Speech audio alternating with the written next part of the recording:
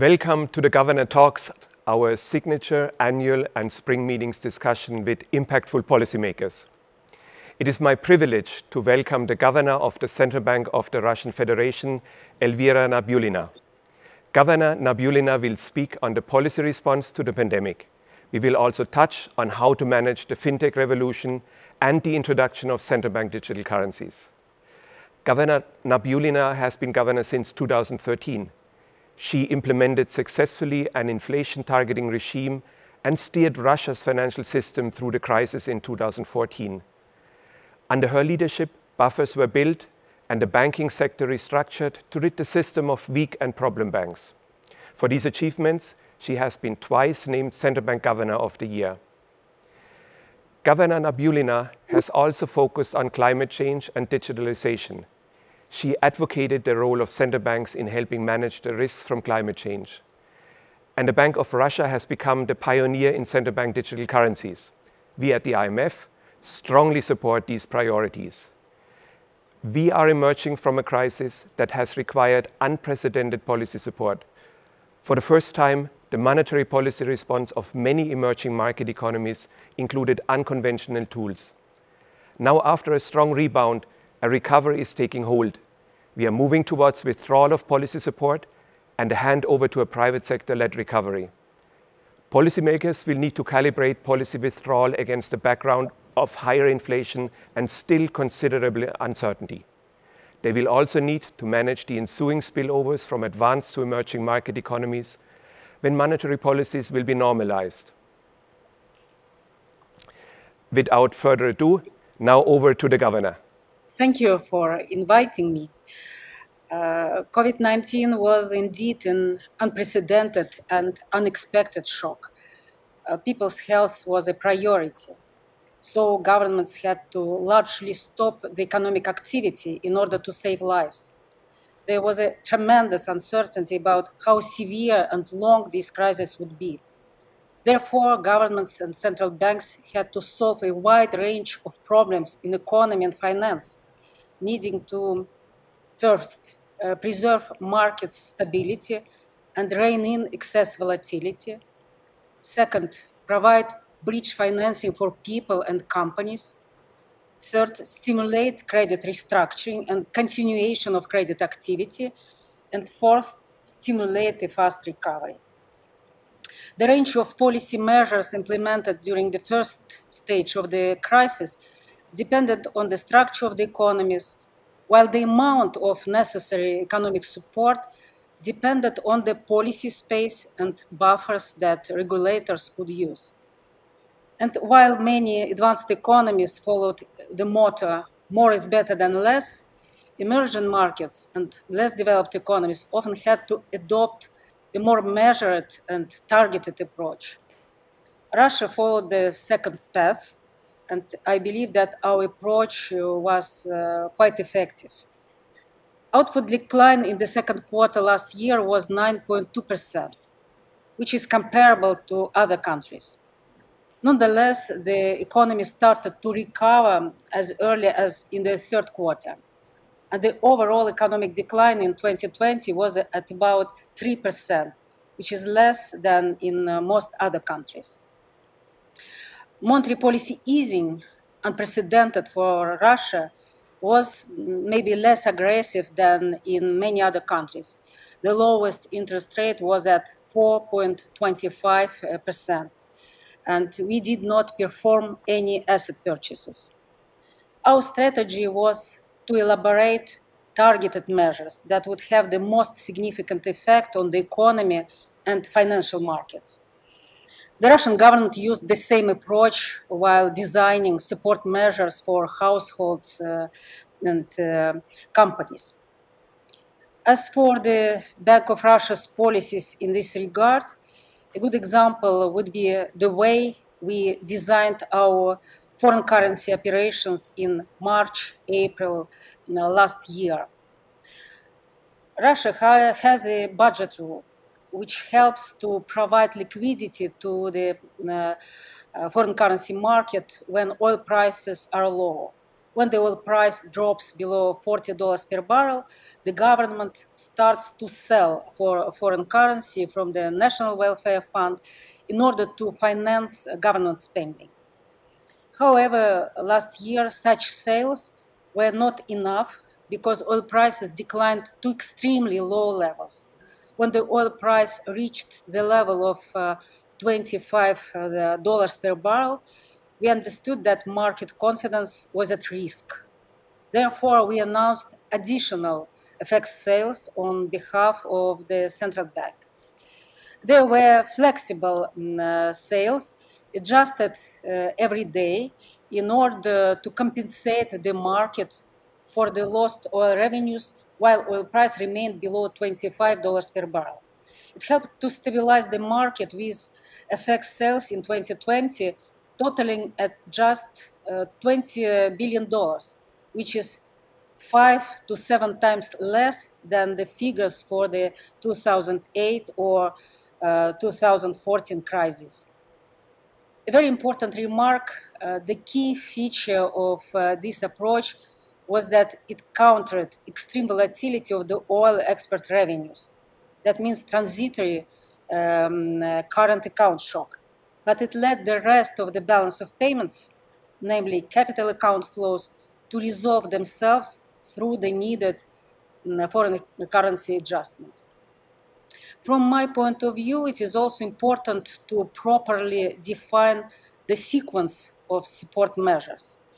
For example, in March 2020, the Bank of Russia was not in a rush to cut the key rate because we had to take care of financial stability issues first. Besides, we were sure that at the beginning of the crisis, it was more important to enhance debt restructuring for the most affected people and industries, and to keep the credit market functioning than to execute a stimulating monetary policy. Therefore, we concentrated our policy efforts on targeted and temporary regulatory forbearance measures. As a result, last year was the first crisis in the last 30 years when credit to the economy grew and not shrank, as it happened during the previous crisis. Of course, it happened not only thanks to regulatory forbearance and targeted government support, but also because we were able to implement quite aggressive monetary easing during the crisis. And again, it happened for the first time in the 30 years of Russia's post-Soviet history. You know, I could speak about the details of our policies for hours, but I believe that it is more important to discuss why we and other emerging market countries were able to introduce such policies in the first place. In my 2018 Michel Camdessus lecture in IMF, I spoke about the importance of building buffers in order to be able to preserve the financial stability and support the economy during crisis times. I believe that the last year experience has underscored the importance of buffers even further. Let's have a look at Russia's example once again. First, we had enough foreign currency reserves, which is necessary. Prior to the pandemic, we had low debt, a balanced budget, a strict fiscal rule, and budget savings in the National Wealth Fund. It's the second.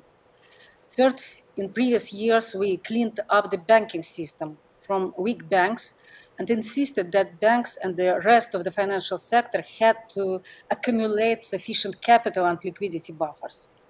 And fourth, following the end of 2014 crisis, when we introduced inflation targeting, we were able to decrease inflation to the target level and were keeping it close to it for about 3 years. As a result, inflation expectations decreased, which granted us with a monetary policy trust buffer. These buffers allowed us to implement economic policy support measures without creating any financial stability problems. But it also means that we need to start rebuilding buffers as soon as the economic and financial situation allows it.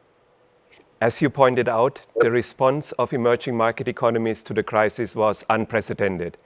Emerging market economies cut rates, and some went even further and used unconventional monetary policy tools, previously only done by advanced economies. What preliminary lessons do you draw from these responses? Is the old distinction between central banks in advanced and emerging market economies now obsolete? As I've mentioned before, the main lesson for me is simple. We need buffers. Buffers create policy space. Emerging markets had more policy space this time, largely because they were able to create a confidence buffer over the last 10 years. However, if used too fast or inappropriately, this buffer can be quickly destroyed. Therefore, we have to be careful in using it, particularly in a country like Russia, where inflation expectations are not anchored. We also need to be careful with implementation measures, which can eventually undermine a central bank's independence. Last year, asset purchases by emerging market countries represented one of the main policy surprises. My opinion on this tool is mixed. Of course, it is good that countries were able to use it without immediate financial stability consequences. It means that they had sufficient confidence space. However, such actions can undermine confidence in the future. Moreover, the very fact of having to resort to this instrument means that the country has some structural deficiencies to address. Monetary policy purposes aside, countries resorted to asset purchases last year for two main reasons. The first one, common for both advanced economies and emerging markets, is the dependence on non-bank financial institutions, which are extremely vulnerable in the time of crisis. The Fed had to elaborate a wide range of new instruments for combating these vulnerabilities, and my understanding is that some of the emerging markets, like Croatia, were dealing with the same problem. The more global financial system becomes dependent on non-banking financial institutes, the more interventions, both on foreign currency and bond markets, will be required from central banks during crisis times. In his recent book, Mark Carney speaks about financial dominance. That's mean a situation when central banks have to concentrate too much on supporting the stability of the financial system. And I believe that 2020 has shown that this is a real threat. Being able to use asset purchases is one thing, but having to use this tool more and more often is something entirely different. So we need to address the structure and vulnerabilities of the global financial system to solve this problem by preventing financial dominance and addressing moral hazard issues. The second reason why some emerging markets made asset purchases, frankly, was the need to provide bridge finance for their budget spending. It happened in countries where markets depend on external financing too much and where budget buffers are insufficient. Sure, I'm happy for the countries that were able to resort to asset purchases without facing immediate financial stability risks, as I've said. But in the medium and long run, such policies can undermine the market confidence. The line between asset purchases and fiscal dominance can be blurred and it can affect the overall financial stability. Hence, the lesson for the future is the importance of budget buffers and domestic financial deepening. Last year, the Russian Central Bank decided that we do not need to use asset purchases. The Russian financial market is bank-based, and although the share of foreign investors in some market segments is significant, it is not big enough to warrant asset purchases in crisis times. During the times of high market volatility, we usually allow banks and other financial institutions to stop using mark-to-market for calculating their regulatory capital and other regulatory requirements. This measure creates incentives for Russian financial institutions to stay on the markets during the times of volatility.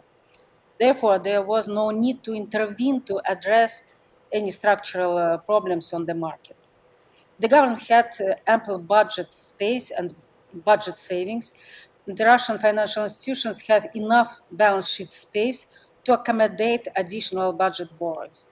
Therefore, from this perspective, asset purchases were not needed either. It's our experience, and I think every country, every emerging market, advanced economies, they rely on their economy, on their experience. Yeah, it needs to be always country specific. So in the acute phase of the crisis, emerging market economies, especially those who had buffers, behaved similarly to advanced economies.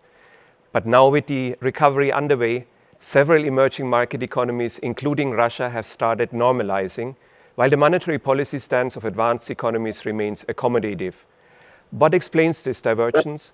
And if advanced economies will need to normalize faster than expected, how resilient will emerging market economies be?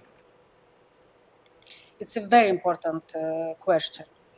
I believe that many emerging markets need to normalize at a faster pace in order to be more resilient.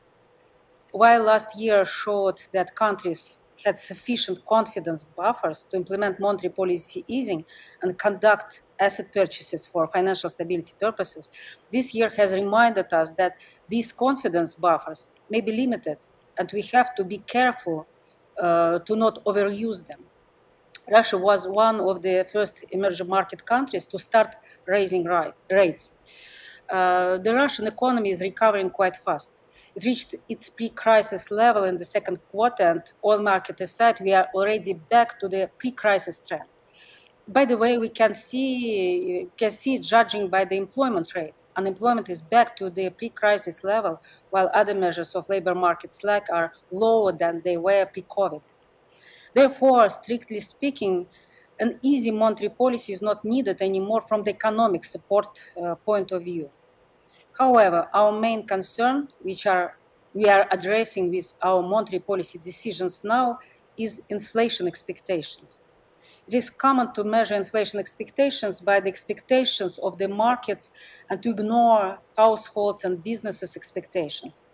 In Russia, market expectations are more or less anchored. Therefore, we are often asked why we pay so much attention to household and business expectations. I believe that in the Russian context, we can't ignore them due to second-round effects. When households' inflation expectations increase significantly compared to interest rates, we see an increase in spending, particularly on durables, an increase in borrowing, and change in the structure of saving instruments aimed at protecting savings from inflation.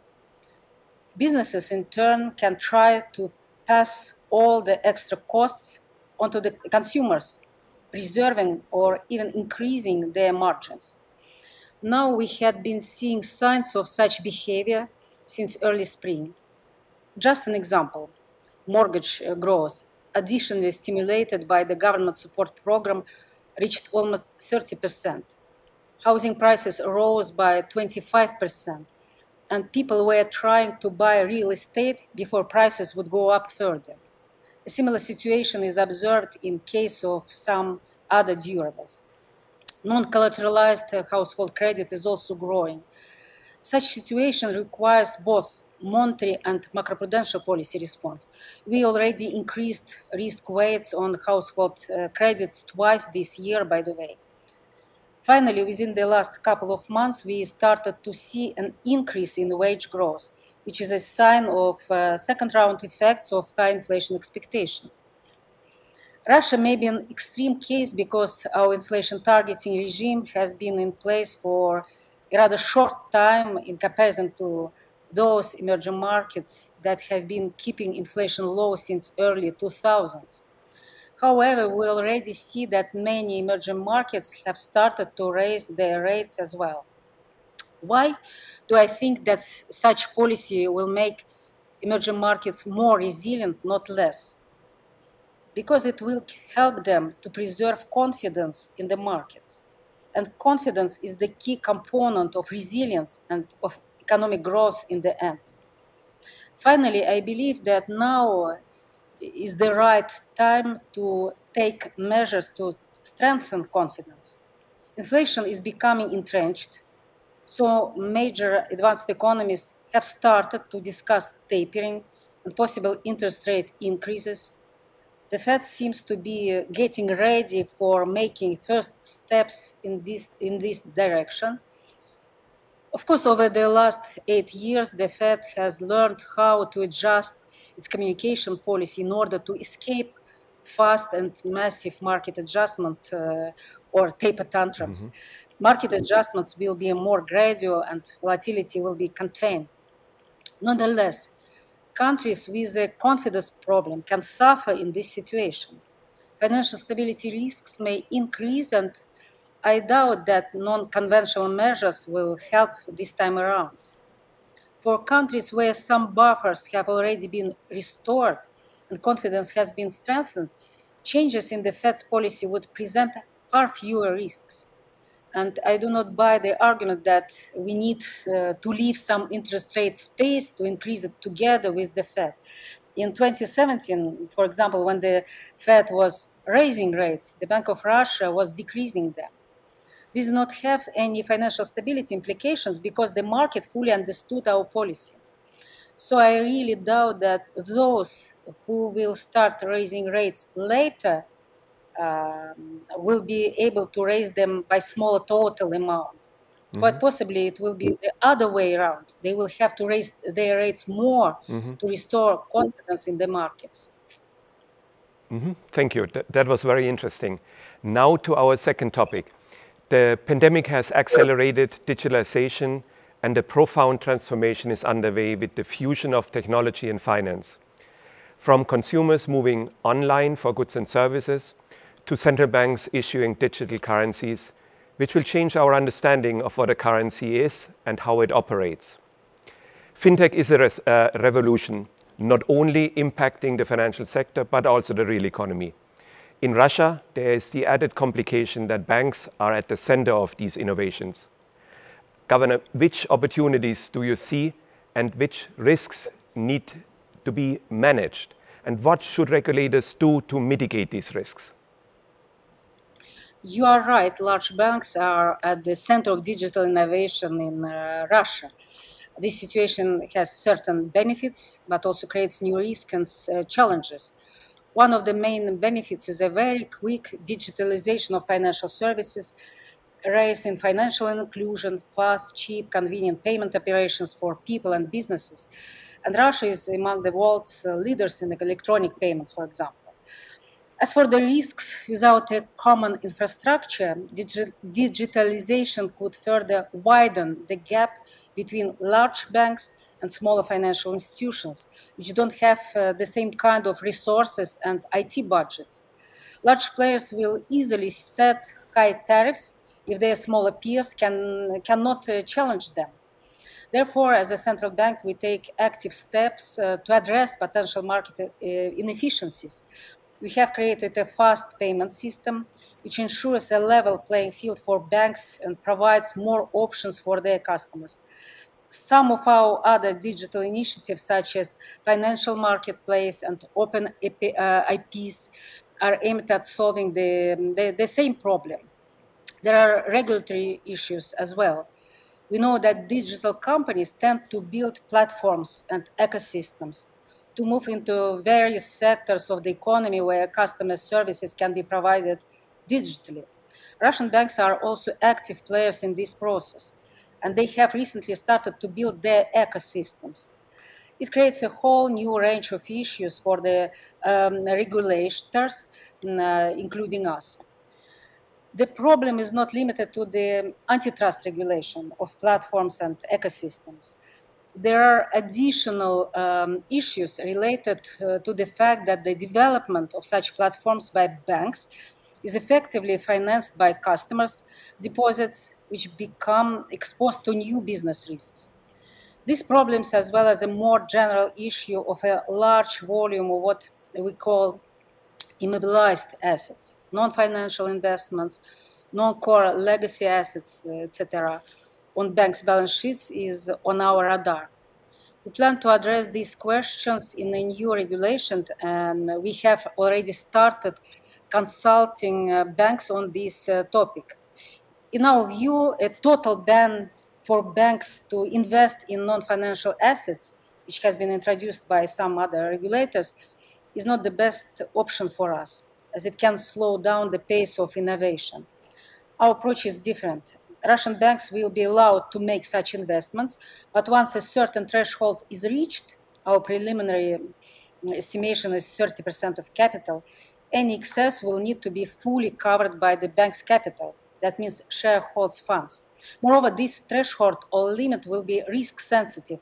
Risky assets or investments will be given extra weight, effectively bringing the limit down for the bank in question.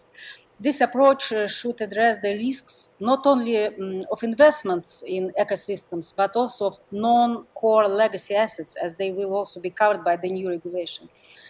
As a result, we think the risks to financial stability, the bank's creditors will be mitigated and the innovations will be encouraged. No, thank you. Many economies are at various stages of exploring issuing central bank digital currencies. The Bank of Russia is well ahead and will soon launch a digital ruble. What opportunities and risk does this present? Yes, we have started our work on a prototype CBDC. It should be ready by the end of the year, and we will start testing it next year. I strongly believe that central bank digital currencies are the future, and central banks need to start working on them. What are the benefits of central bank digital currencies? First of all, they will enable cheaper and faster payments, including payments between individuals. People will have better opportunities to manage their money and transfer it between different financial institutions. CBDCs will be programmable, which will open new opportunities for customers and providers of different applications. Importantly, central bank digital currencies will improve the competition among banks by helping to level the playing field for them. Potentially, CBDC will allow us to create a much more efficient international system of payments. The challenge, of course, is to avoid undermining banks' capability to provide credits by intensifying their liquidity problems, particularly at the time of stress. In a country like Russia, where the central bank has a lot of instruments for providing liquidity to the banks, it should not be a significant problem. We can also use operational limits to manage liquidity risks. Like many other countries, we plan to build a two-tier system where banks would keep their role of service providers for businesses and retail customers. So banks would have enough opportunities to stay connected with their customers. Overall, I believe that the benefits will eventually outweigh the costs. Moreover, at this moment, as is the case with every other technological innovation, we still do not know all the benefits that this new type of money will bring, but I'm sure in it. Governor, thank you for your deep insights. You have given us a lot to think about. Clearly, joint monetary and fiscal support in response to the pandemic was crucial to limit output losses. With the strong rebound and recovery of activity this year, inflation has increased more than expected. This surprise has transitory features, but in some countries, as you pointed out, also permanent ones, which require some central banks to withdraw policy stimulus. In the recovery phase, monetary and fiscal policymakers face difficult balancing acts. Getting policies wrong in any of the major advanced economies could have major adverse spillovers on emerging market economies, exacerbating already diverging economic recoveries. Getting these balancing acts exactly right is a tall order, though. But as we have just heard, it can be done. And while policymakers shift now gears in the support of the recovery, they will also need to manage the transformation of the economy. The fintech revolution and the introduction of digital central bank currencies will bring many benefits, but the risks need to be managed well to reap these benefits. Dear Governor Nabiullina, and for those attending, many thanks for joining us at this Governor Talk today. Thank you.